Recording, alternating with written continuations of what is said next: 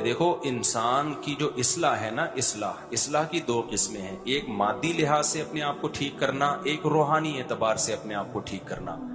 ہمیں ٹھیک ہونے کے لیے دونوں طرح سے ٹھیک ہونا ہے، جسمانی اعتبار سے بھی اور روحانی اعتبار سے بھی۔ روحانی میں پھر دو چیزیں، دل کے اعمال اور ظاہری اعمال۔ تو میں عرض کر رہا تھا کہ جتنی بھی یہ چیزیں ہیں، چاہے آپ ظاہری اعتبار سے اپنے آپ کو ٹھیک کرنا چاہو، چاہے آپ روحانی اعتبار سے، اس کے لیے جو بنیادی چیز ہے وہ ہے ہمت۔ وہ کیا ہے؟ ہمت۔ آپ کچھ بھی کرنا چاہتے ہو، ہمت کے بغیر نہیں ہو سکتا۔ دو چیزیں چاہیے ہوتی ہیں، ایک صحیح نالج مل جائے، ایک ہمت ہو۔ نالج ہی صحیح نہیں ہے تو آپ کو پتہ ہی نہیں چلے گا کہ صحیح راستہ ہے کون سا۔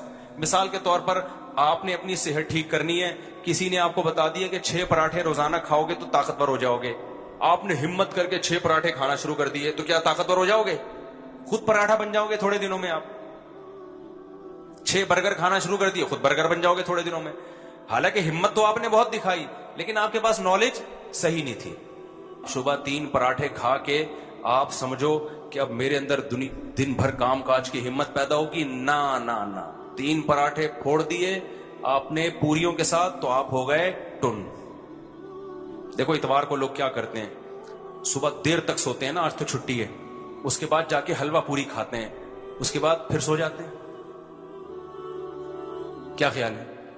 اب ایسے آدمی کو میں جنت جہنم کے فضائل سناؤں، ذکر اللہ سکھاؤں، یہ پھر بھی ٹھیک ہونے والا، کیونکہ اس میں گلوکوز اتنا بڑھ گیا ہے۔ یہ ہمارے پیغمبر نے کیوں کہا ہے کم کھاؤ؟ یہ پیغمبر کا ٹاپک تھوڑی ہے کہ زیادہ کھاؤ یا کم، یہ تو ڈاکٹروں کا ٹاپک ہے۔ کیا خیال ہے بھائی؟ ابے کیا کھانا ہے کیا نہیں کھانا یہ پیغمبر کا ٹاپک نہیں ہے، یہ ٹاپک میڈیکل سائنس کا ہے، لیکن پھر بھی پیغمبر ہمیں کہنے کم کھاؤ، روزے رکھو۔ اس کا مطلب اس کا مذہب سے تعلق ہے۔ زیادہ کھانے والا، ہر وقت کھانے والا، پراٹھے پھوڑنے والا اور برگر پھوڑنے والا، وہ نیک بن ہی نہیں سکتا۔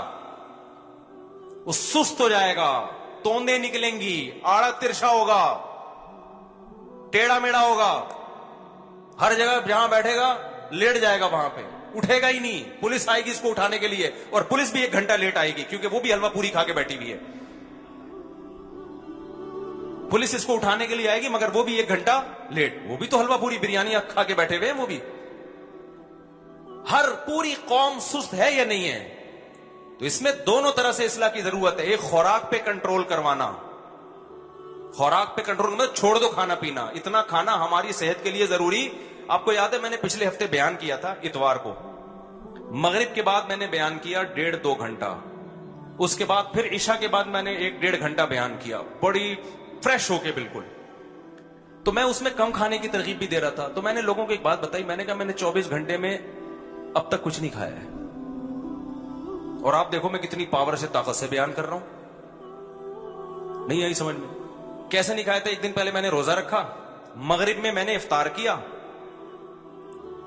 تھوڑا سا کھایا مغرب میں، اور پھر 10 بجے میں نے کھانا کھایا تھا۔ 10 بجے کے بعد اگلے دن مغرب میں نے افطاری نہیں کی۔ مجھے پتا تھا مغرب میں نے افطاری کر لی تو مجھ سے بیان نہیں ہوگا، کیونکہ میں کیا ہو جاؤں گا؟ ٹن۔ تو میں نے 2 کھجوریں کھائیں اور لیمبو پانی تھوڑا سا پی لیا، بس فٹ فاٹ ہو گیا بالکل، ایسی انرجی آ جاتی ہے آدمی میں۔ اس کے بعد عشاء تک میں نے بیان کیا، پھر 1 گھونٹ وہ جو لیمن کا پانی تھا نا، اس میں شہد ڈالا ہوا تھا، 1 گھونٹ وہ پی لیا، پھر 2 گھنٹے بیان کیا۔ میں شو مارنے کے لیے اللہ کی قسم یہ واقعات نہیں بننا، میں اتنا نیک ہوں کہ میں 24 گھنٹے میں 1 دفعہ کھاتا ہوں، ہو سکتا ہے میں آپ سے ڈبل کھا رہا ہوں، لیکن آپ کو بات تو صحیح بتانی ہے نا مجھے۔ یہ جو ہم نے مسلط کر لیا ہے نا، کھاؤ کھاؤ کھاؤ، صحت زندہ رہنے کے لیے بہت ضروری ہے اتنا کھانا، بالکل غلط ہے۔